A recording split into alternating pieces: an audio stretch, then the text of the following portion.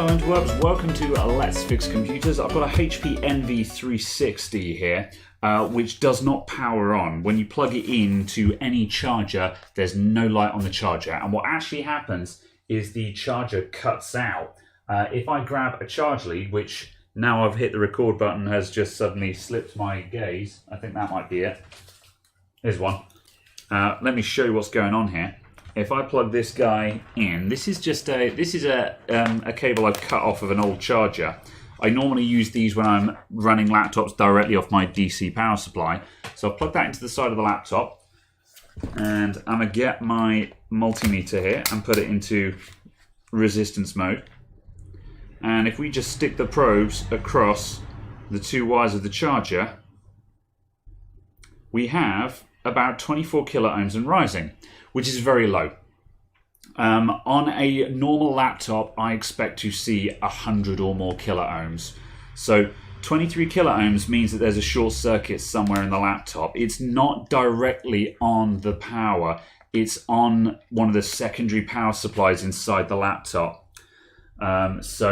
And I also know it's there because initially I thought the guy had just a bad charger. So I plugged that into my DC power supply and it promptly started trying to pull 5 amps out of the power supply. So I quickly switched that off. So we're going to open this thing up and we're going to look for any obvious problems. I'm expecting to have to take the motherboard out of this, and we're probably going to have to inject voltage to find the short circuit, which is not a job I like doing. I'm kind of new to doing that kind of thing. I've done it successfully a couple of times, but it makes me nervous when I do it. But yeah, so hopefully we might see some fairly obvious stuff. Let's get this cover off and then we'll have a look.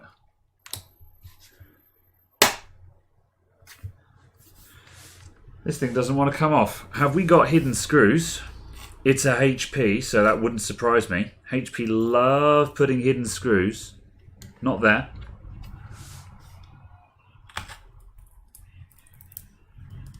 There we go, you little bastards.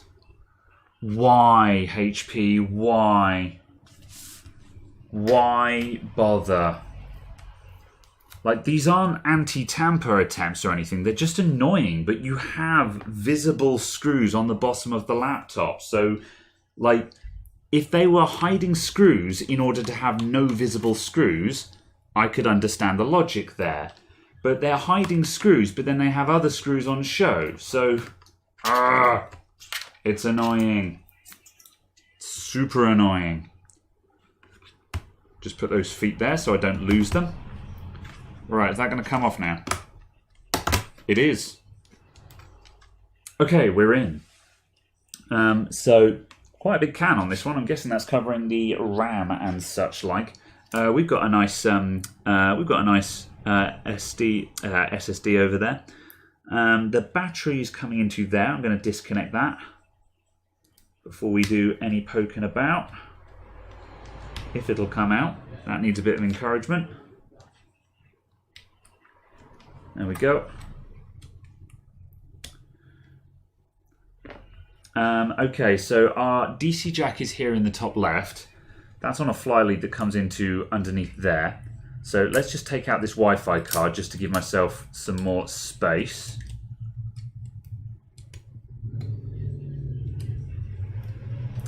So the first thing I want to know is, well, it's not going to be the DC jack. Where's my screwdriver gone? I've hidden them all underneath the case. It's not going to be the DC jack because we had like 28,000 ohms there, 28k, and that is not a dead short. That is a short circuit somewhere deeper in the laptop, which is really bad news for us because it's going to be a pain in the ass to find. But you know, that is what it is. At any rate, though, I'm going to unplug this guy and then stick the. Now we're going to put the multimeter across that just to confirm that it's nothing to do with the DC jack, which it's almost certainly not going to be, but we check these things anyway.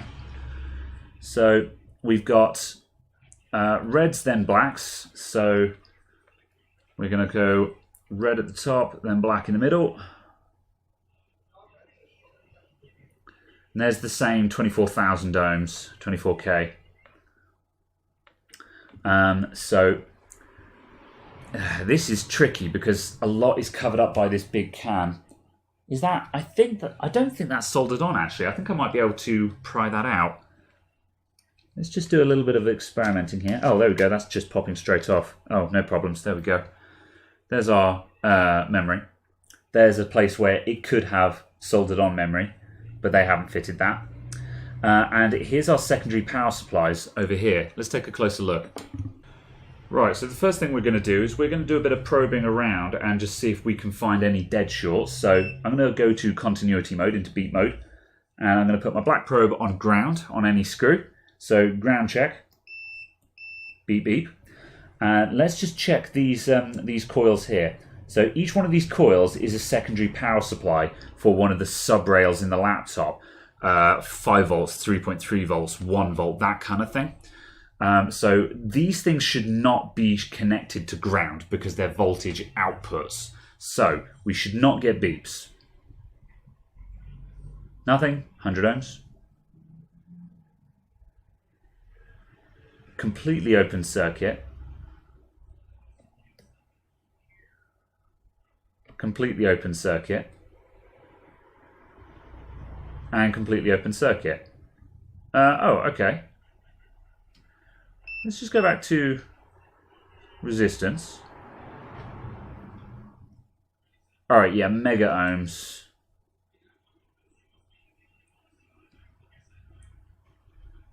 Yeah, mega ohms out of range.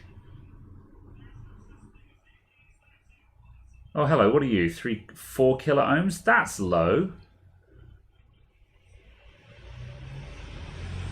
And that was like 100 ohms, which isn't very much either. That one seems low, and that one seems really heckin' low.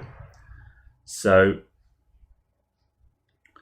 let's do a bit more poking around on. So as I say, these secondary power supplies, we've got a pair of MOSFETs with a coil for each one, and there's going to be a load of bypass capacitors around them as well. So we've got some big caps here, here. And like this one, we've got some capacitors here, here, and here that are all nearby those power supplies. So let's quickly just buzz around those. We should have ground on one side. Oh, continuity mode. Ground on one side, but not on the other, which we don't. So positive, ground. Yeah. Okay. That has got ground on both sides, as have these guys. So this there's a short to ground around here somewhere.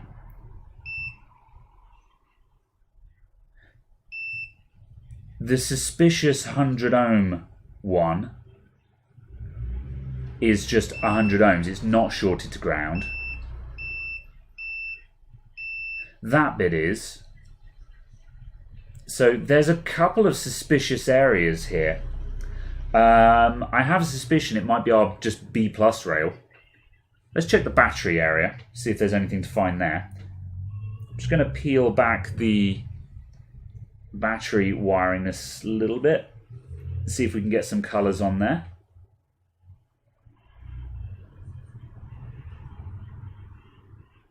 Okay, we've got blacks on the left, and then we've got reds. So once again, on ground, we're going to go to vol. No, we'll stay in continuity. So ground, not ground. Okay, what's the resistance there? A meg ohm, so that's fine. The B plus rail, so the battery positive rail, is not shorted. Okay, what's going on around CPU vCore over here? CPU vCore is a weird animal because a lot of laptops are shorted when off. So this might not mean anything. Continuity. Ground. Shorted. Yeah, that doesn't really surprise me because I'm pretty certain that CPUs default to short. Okay, so this kind of issue is really, really common on HP laptops. It's the principal reason why I don't like HP, is their motherboards just die like this, basically. We've seen this many times. I've seen this I think I've got 3 different videos of this kind of issue with a HP motherboard.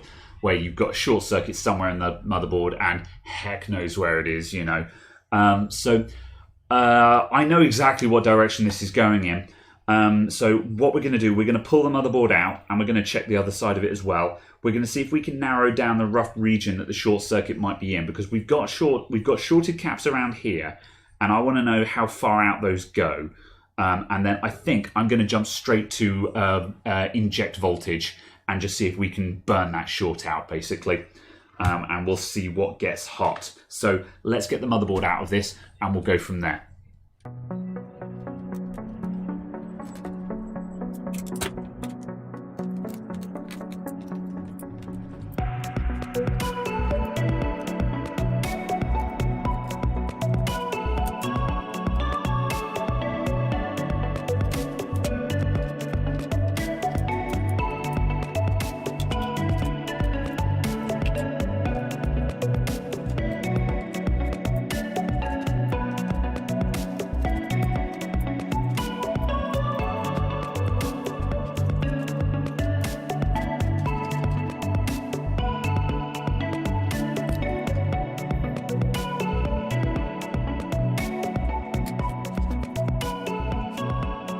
Okay, so flipping the board over, we've got a sticker, and there's quite a lot of power and ground traces on here. You can see these big, fat, wide traces going around the board. These are all going to be power and ground, probably mostly ground for the big flood fill ones. That might be a power trace, so those are going to stitch through to this side. So I could start buzzing some of these out and just see how many of them are ground or at least shorted to ground. So let's just see if we can do that. Beat mode.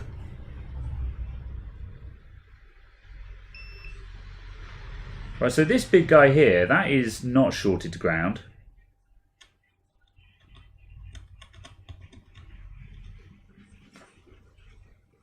Okay, so that's a power trace and that is not shorted. That goes up to there, which comes down to that region there. So the whole board is not shorted out, which is a good sign. It is fairly isolated.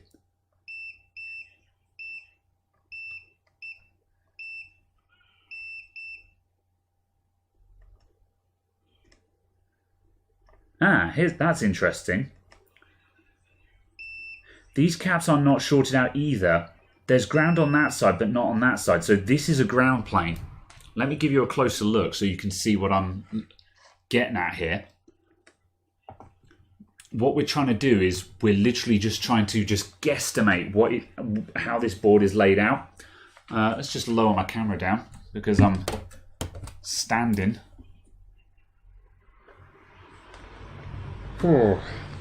Okay. So that side beeps, that side doesn't beep. So these capacitors are not shorted to ground. That is a ground plane there. It beeps. That side is power. It does not beep. So from that we can determine that the left side of these caps are supposed to beep, which they do, but the right side should not, but it does. So that bit there, that is a power plane that is not supposed to be shorted to ground, but it is shorted. So that bridges across to there, and then there's another ground plane there that goes down to that big cap, and it's got another cap there. So the output from this power supply here, or the input to it perhaps, because it comes in through these FETs and goes out through there. So the output from that power supply is not shorted, but the input to it is. So where does this come from?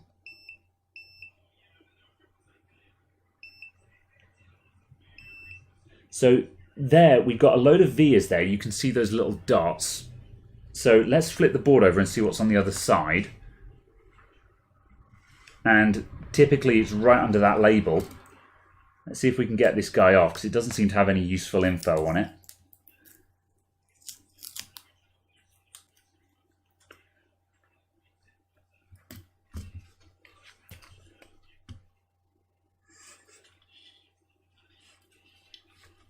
So that seems to go through to there.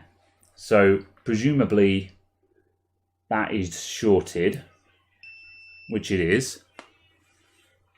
So that comes up to this bit here. So this is all going to be shorted out, which it is. So that goes all the way up to there, up to CPU V core, and back to here, and down into this region. So that's not great. That's a big major power rail. That might be our that might be our main power rail to the system. So that's not a good sign. So really what we've got to do is we need to inject power onto this rail and see what starts heating up, and that will reveal the fault. So where can I inject power onto this? So we can put our ground onto any ground, so any screw hole. And then on this side, we've got these exposed bits like here, which we could solder onto. So I'm going to solder into there, I think, just because that's a known spot where we're working from. All right, let's do it. Right, so I've stripped some wires, and now we're going to grab the solder, and we're going to get the positive onto our shorted circuit. So let's get that guy on. Going to tin that pad there up. Actually, that guy's shorted to ground. Let's go straight onto that solder blob.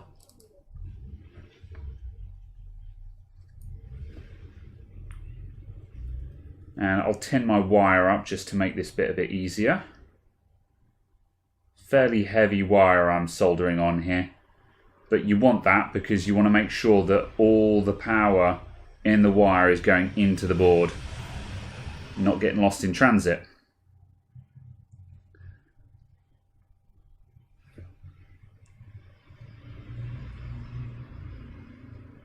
There we go, there's our power lead. And then we'll just jump onto this screw hole up here, I think. So we'll tin that up.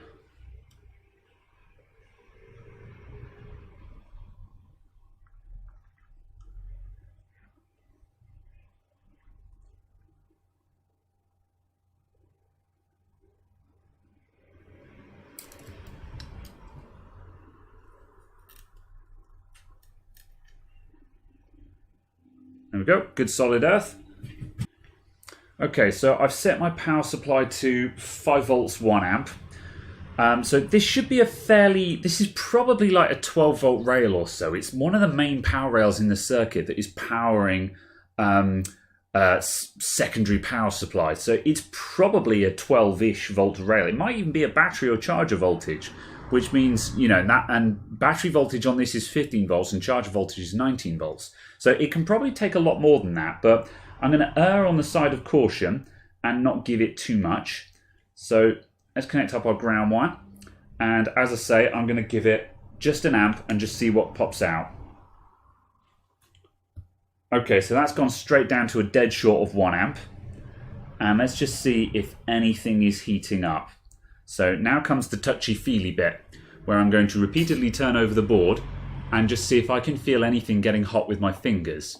And we may come in with a little bit of alcohol as well, just to see if we can get any drying signs from that.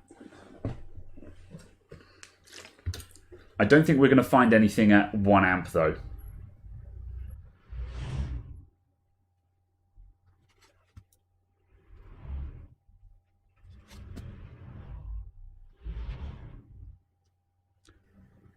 No. Surprise, surprise, there's nothing to find. I think I'm going to go straight up to 2 amps. Alright, that's 2 amps. I'm going to take the RAM out while I'm here. Probably should have taken that out earlier on. Although bad memory is the least of our problems right now. Now we play the game of, is that hot or is it just me?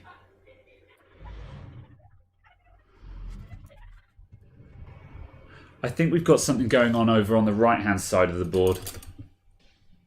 I think there's something going on over here. These guys feel like they're passing electricity, but that's CPU V core. I mean, unless it's just a dead CPU, it could be.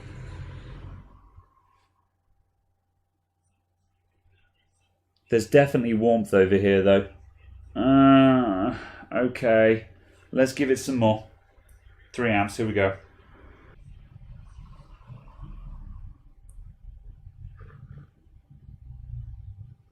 Oh, hello. We got a live one.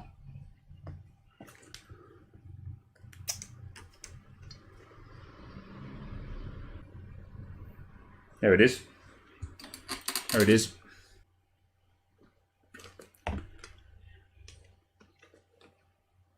Can you see the bubbling? Can you see my alcohol boiling there? That's our guy. Right. Now we're getting somewhere. Let's back off on the power. Just going to bring that back to 1 amp and then switch the power supply off. Okay, power's disengaged. What else is on the other side of that? We've also got these guys over there. I think we're going to just start ditching these capacitors and see what comes good. Let's just do a quick beep test around that area. So, ground check. Beep, beep.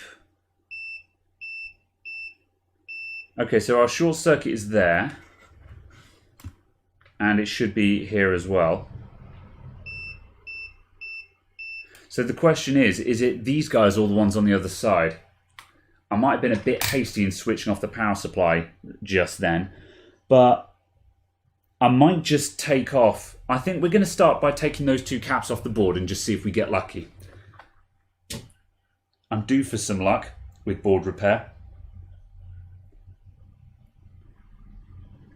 Hot air on, 420 degrees. Let's do it. Get myself a little heat shield underneath the board so I don't melt my work mat and my tweezers. And we're just going to put some heat in that local area just to prep the board up.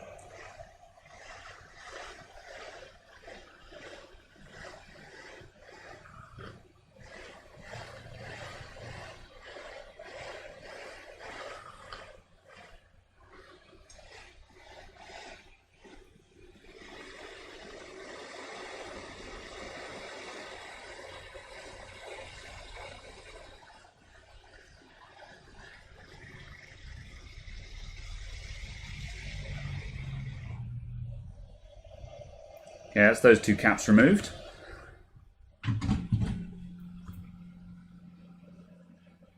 And while I wait for the board to cool down, I'm going to quickly continuity check those 2 caps and see if we've got a winner straight away.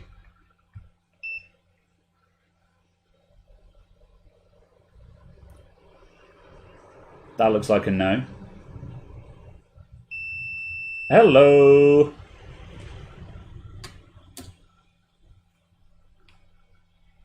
I think we got our guy. Let's go to resistance mode.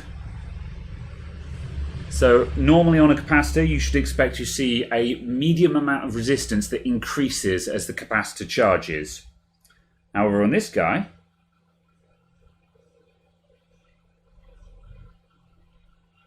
no ohms. That guy is dead short. Can we get that again?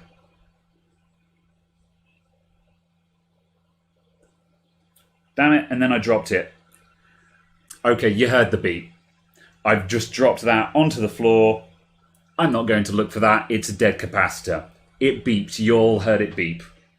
Y'all heard it. Y'all heard it. And now our ultimate check will be to see if our board is still shorted to ground. So I've kept the other cap that did not look shorted. We can put that one back on the board. Firstly, back into continuity mode. Beep, beep. Beep, beep. And I'm going to check for our original short. So ground check. Beep, beep. And where we had a short circuit is no longer beeping. Oh, I'm happy. I'm happy. I'm very happy. I'm getting better at this, guys. I'm getting better at it. I'm getting braver. Previously, I was playing the sort of look for schematics, look for failed components, just start pulling off caps, hoping you'll get lucky. Now we're doing the voltage injection, and we're getting a much better success rate. If you're trying to get the hang of doing board repair yourself, I know it's discouraging when you get failures, because trust me, I've got plenty of failures on my bench that you guys never see, because I don't bother posting videos where there's nothing to learn from it. However, every now and then you get a success. Right, let's put the not dead capacitor back on the board. And while I do that, we'll just talk about what these capacitors are doing. So these capacitors we've got here, we've got quite a big MOSFET here that is obviously part of the power system. On the other side of the board, yeah. So this is CPU V-core. So that's our CPU under the heatsink, and this system here is the power supply to the CPU. It's a two-phase CPU V-core system. We've got two power supplies, one here and the other here. So we've got a MOSFET here and here, and the main one has got a secondary MOSFET on the bottom, and two decoupling capacitors. The second one has just got a single MOSFET and one decoupling capacitor there. There's also another one over here. That might be an auxiliary, or it might be part of a three-phase system. I'm not sure. We'd have to look closer into the schematics or look closer at the board. Whatever. Multi-phase power system. So you have MOSFETs which switch on and off, feeding into a coil, which then changes that on-off signal into a nice smooth line. And then these bypass capacitors smooth out any spikes and ripple. And supporting that, there are lots of smaller capacitors, like these ones here, that also just remove little spikes and noise and buzzing on the power line. And one of those small capacitors has failed, and when capacitors fail, they typically fail to a short circuit condition, which has then shorted the entire system to ground. And thus we have the short circuit we found on that entire voltage rail. Which is why we were looking for it over here, because the same voltage rail is supplying this power supply as well. But we said from the beginning that it's on the input to that power supply, which is why the output of that power supply is not shorted. So that's the deal. Now, not all of these bypass capacitors are necessary. We only need a couple just to reduce noise and electromagnetic interference and stuff like that. So what's the purpose of these bypass capacitors? Well, they do two things. Firstly, they help stabilize the voltage rail by reducing little spikes and ripples on it. And the other thing they do is they prevent the device from radiating too much electromagnetic interference, which is bad because it can interfere with radios and stuff like that, and it can do other bad stuff. So you also have your bypass capacitors just to help remove that noise level. And part of the job is to create a path to ground for those frequencies. And you have them in very specific points to avoid inductance loop area. So if you don't have those paths to ground everywhere, you could have the start of this power rail on one side of the board, and then it comes over, powers this, and goes back to ground, and it creates a loop across the board. And that loop is an antenna which will radiate out any interference as a transmission. Whereas if you have these bypass capacitors over here, those little frequencies are getting passed to ground over halfway around the loop to reduce the area. It's very complicated, and if you have a look at EEV blog, he's got Dave Jones from EEV blog has various videos that explain ground loop inductance and all the rest of it much better than I just did. But that's the gist of it. The reason why I'm explaining this to you is, the point is, we don't need all of these. A lot of these are just to pass emissions, and we don't need this laptop to pass emissions, or not to the extent that it has to in order to be a production device.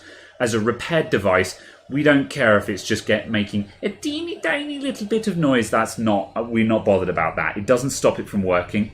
So we're going to put on this one capacitor that still works, and we're not going to bother with the other one, basically, because we don't need it. So I'm going to reheat that area. As you can see, I just put a little bit more solder on there just to wet those pads up. And I tell you what, I'm going to stick a bit of flux on there as well, because you can't have a soldering video without flux. It makes everything look cool. And it does actually make the soldering easier as well. And I'm going to turn my airflow down, because I'm going to blow that capacitor away with this much air. Where did I put the capacitor? It's there. All right. And heat. And flow.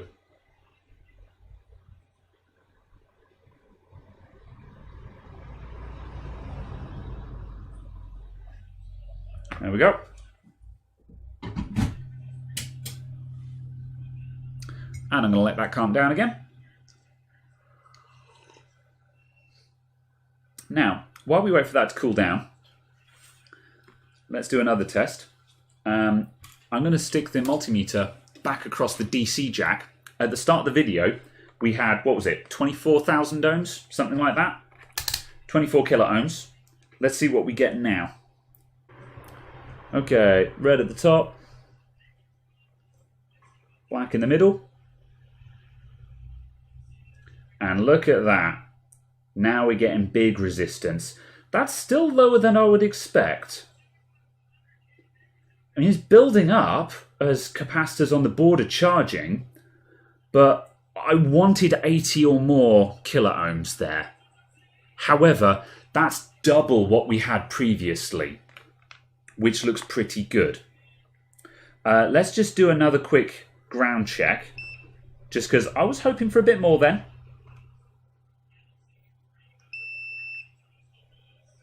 That's a ground anyway.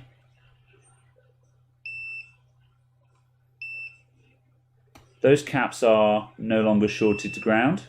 They are beeping on the correct side. Those guys are fine. Yeah, the areas that were shorted to ground that should not have been are no longer shorted to ground. So I was expecting the DC jack to be at a higher, what's it called? A higher resistance then. But our shorts of ground is gone, so I'm happy with that. I'm just going to warm the soldering iron back up and remove my jumper wires, and then we can put this back in the laptop and try our luck.